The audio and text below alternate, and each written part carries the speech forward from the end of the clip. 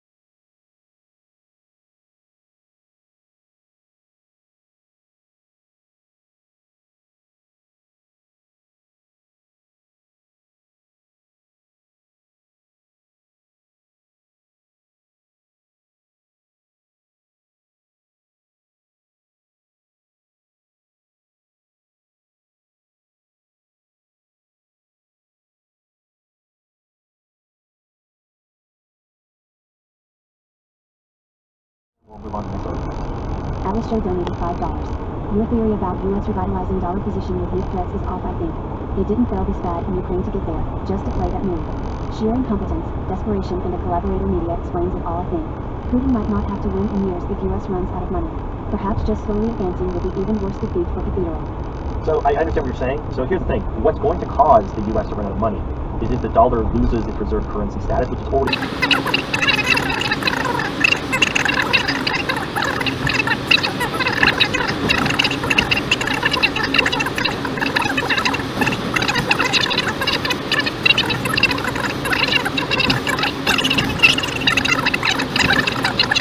their pipeline from Russia in order to keep them loyal to us. This is very overt. Like, the worry was if Nord Stream wasn't destroyed, Germans would basically pressure the government to break the alliance with the United States and side with Russia in order to get the gas turned back on. In order to remove that threat, they destroyed German property and they plunged Europe into a huge energy crisis. Now, I've seen the memes from the NAFO fellow retards talking like, oh, look, you thought Europe would freeze, but oh, we have so much gas.